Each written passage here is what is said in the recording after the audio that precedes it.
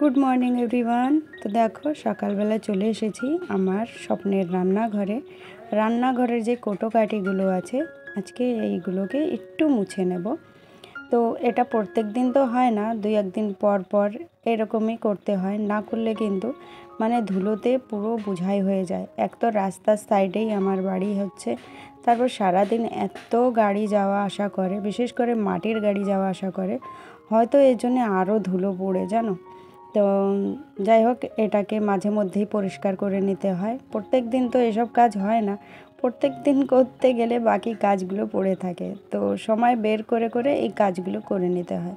তো আজকে খুব সকালবেলায় উঠে গিয়েছিলাম, আর যাই হোক আমার মর্নিং ওয়াকে যাওয়া হয়নি, মর্নিং ওয়াকে যাওয়ার উদ্দেশ্যেই উঠেছিলাম, কিন্তু কাকিমার বললো যে আজকে অনেক কাজ আছে, যেতে পারবে না। তো আমি এই উঠানের উপরে একটু টুকিটাকি হাঁটাচলা করেছি, তারপরে ভাবলাম আমার কাজগুলো আজকে আমি সকাল সকাল করে ফেলি।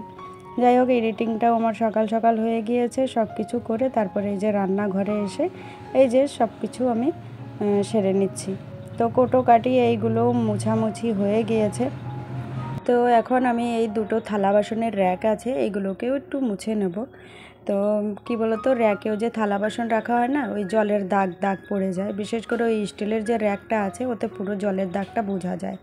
আর এই র্যাকটা অনেক পুরনো র্যাক, মানে প্রথম আমার জীবনে যখন রান্নাঘর সাজানোর কথা ভাবি তখন আমি এই র্যাকটা কিনেছিলাম। যাই হোক, তখন ওইটা দিয়ে কাজ চালাতাম, এখন ওর থেকে একটু ভালো র্যাকটা এনেছি। পরবর্তীকালে আরও ভালো জিনিস দিয়ে আমার রান্নাঘরটাকে সাজিয়ে নেব। গ্যাসের রান্নাঘরটাকে সুন্দর করে গুছিয়ে নিলাম। এখন এই যে মাটির উনুনের এখানে চলে এসেছি, এই জায়গাটাকেও সুন্দর করে লেপে নেব। তো এখন এই যে মাটি দিয়ে আর গোবর দিয়ে ভালো করে লেপে নিচ্ছি। আমার লেপতে কিন্তু বেশ মজা লাগে জানো। আর এই জায়গাটা লেপে নিলে আমি এমনিতেই তাকিয়ে পড়ে থাকি, আমার নিজেরই ভালো লাগে, জানি না কার কেমন লাগে। যাই হোক, মাটির জায়গা লেপে নিলে কিন্তু ভালোই লাগে। তো এখন এই যে তোমাদের দাদা ভাইয়ের জন্য চা করছি, তোমাদের দাদা ভাই চা খেয়ে গাড়ি নিয়ে বেরিয়ে পড়বে। তো গাড়ি কিনেছে আজ প্রায় 4 দিন হয়ে গিয়েছে, হয়তো 4 দিন হয়ে গিয়েছে। তো 4 দিনে বেশ ভালো রেজাল্ট আসছে, কারণ হচ্ছে আগে লোকের আন্ডারে কাজ করতো, আর যে টাকা পেত, সত্যি কথা বন্ধুরা, সেই টাকায় সংসারটা আমাদের চলে যেত, বলবো না যে খুব বেশি অভাব থাকতো, কিন্তু আমরা ওই টাকায় না সঞ্চয় করার কথা ভাবতেই পারতাম না। তো গ্রাম এলাকায় কোনো কাজ করলে এমনিতেই টাকা বেশি একটা পাওয়া যায় না, সেটা সবাই জানো। আর যেহেতু আমার মেয়ে বড় হয়েছে, ওর দুটো প্রাইভেট আছে, দুধের খরচা আছে, আর একটা সংসারে কত রকমের ইলেকট্রিক বিল থাকে, কত কিছু থাকে বলো। তো সব খরচা মিলিয়ে মানে হিমশিম খেয়ে যাওয়ার মতন অবস্থা ছিল, কিন্তু এই গাড়িটা কিনে না অনেক ভালো লক্ষণ দেখা যাচ্ছে, ঠাকুরের আশীর্বাদে আর তোমাদের আশীর্বাদে। যাই হোক, আগামী দিনগুলো ভালোই যাবে আমাদের, আমরা ভবিষ্যতে কিছু সঞ্চয় করতে পারবো।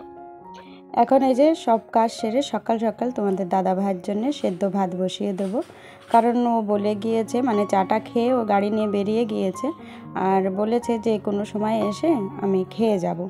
তো যার জন্যে আমি আলু সেদ্ধ আর টমেটোর সেদ্ধ দেবো। তো এই সেদ্ধ ভাতটা আগে নামিয়ে নেব, তারপরে সব কিছু টুকটুক করে গুছিয়ে নেব।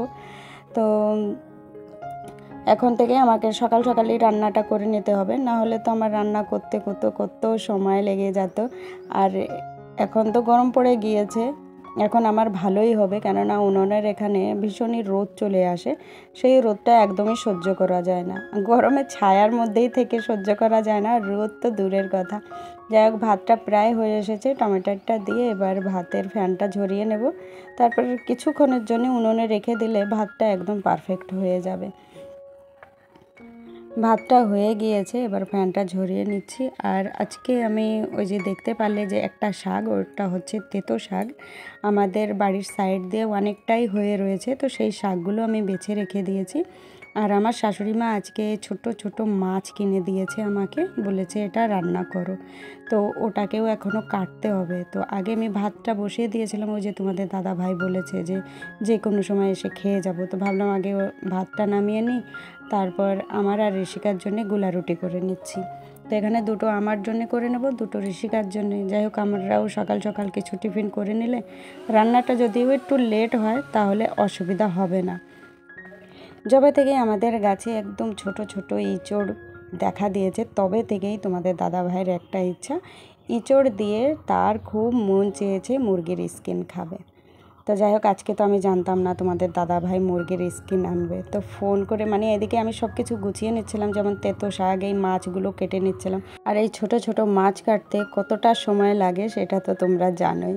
তারপর তোমাদের দাদাভাই এই মুরগির স্কিনটা এনেছে প্রায় 1:30 বাজে। তখন আসলে ওর এতটা ভাড়া হয়ে গিয়েছিল যে বাড়ি আসতে পারছিল না।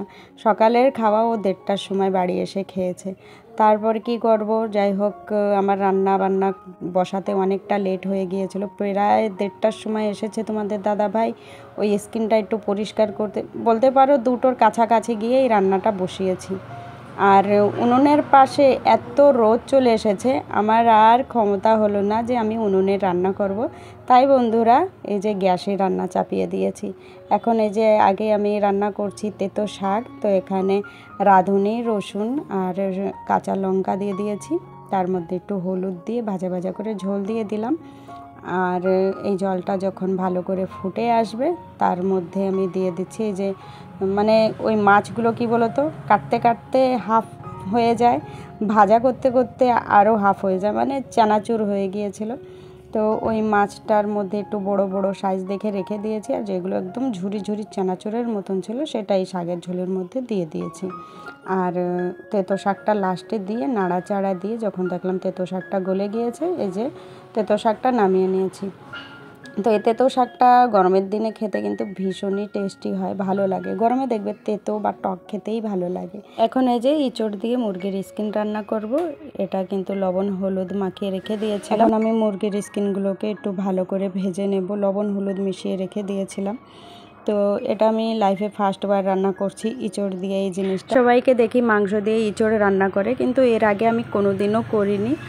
আর আমার মনে হয় যে ইঁচড়ের জায়গায় ইঁচড় ভালো লাগে, মাংসের জায়গায় মাংস, এজন্য আমি দুটো মিক্স করে কোনোদিন রান্না করিনি। রান্না করতে করতে তোমাদেরকে একটু দেখালাম যে উনুনের পাড়ে কেমন রোদ এসে রয়েছে। ওই রোদ্রে বসে যদি আমি রান্না করি আমি হয়তো বাঁচবো না, মানে এতটা তাগড়ার রোদ।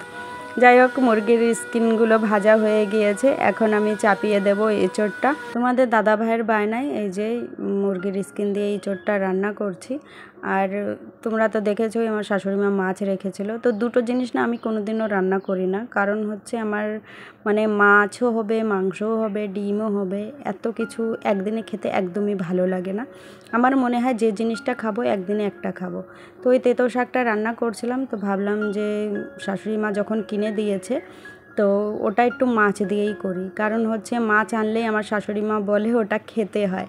আমরা তেমনটা করি না, আমরা যদি দেখি কিছু আছে খাওয়ার জন্যে তাহলে কিন্তু আমরা এক্সট্রাভাবে কিন্তু ওটাকে আর খাই না, ভাবি যে কালকে হয়ে যাবে। আর এটাই হয়তো ঠিক যে কালকের চিন্তাটা না করলে কিন্তু আমরা আগে বাড়তে পারবো না। আজকেই যদি সব খেয়ে বসে থাকি কালকে কি খাবো, তো এই কথা ভেবে আমি রেখে দিই। কিন্তু ওই শাশুড়ি মার জন্যে পারলাম না, কারণ হচ্ছে উনি মাছটা কিনে দিয়েছেন, না রান্না করলে হয়তো মনে মনে রাগ হতো। আর ওনার জন্য ওই যে বাটিতে আমি বেড়ে দিলাম তেতো শাক আর ইঁচড় চিংড়ি বলতে যাচ্ছিলাম, ইঁচড়ের তরকারি। যাই হোক, রান্না করতে করতে তো আমার রান্নাঘরের অবস্থা একটু বাজেই হয়ে যায়, আমি অত গুছিয়ে কাজ করতে পারি না। কিন্তু হ্যাঁ, আমি লাস্টে গুছিয়ে নিই রান্নাঘরটাকে। তো আমার রান্না করার সময় অনেকটাই এদিক ওদিক হয়ে যায় রান্নাঘরটা, কিন্তু রান্না করার পরই আমি সেই জিনিসটাকে একদম ঠিকঠাক জায়গা মতন রেখে দিই। যাই হোক, থালা বাসন ধোয়া হয়ে গিয়েছে, এখন স্নান করে নেব, স্নান করে আমিও খেয়ে নেব। অনেকটা টাইম আজকে হয়ে গিয়েছে, কারণ জানোই মুরগির স্কিন আনতে আনতে অনেকটা লেট হয়ে গিয়েছিল। যাই হোক বন্ধুরা, ভিডিওটা আর বাড়াবো না, এখানেই শেষ করব। তো ফিরে দেখা হবে নেক্সট ভিডিওতে। সবাই ভালো থেকো, সুস্থ থেকো।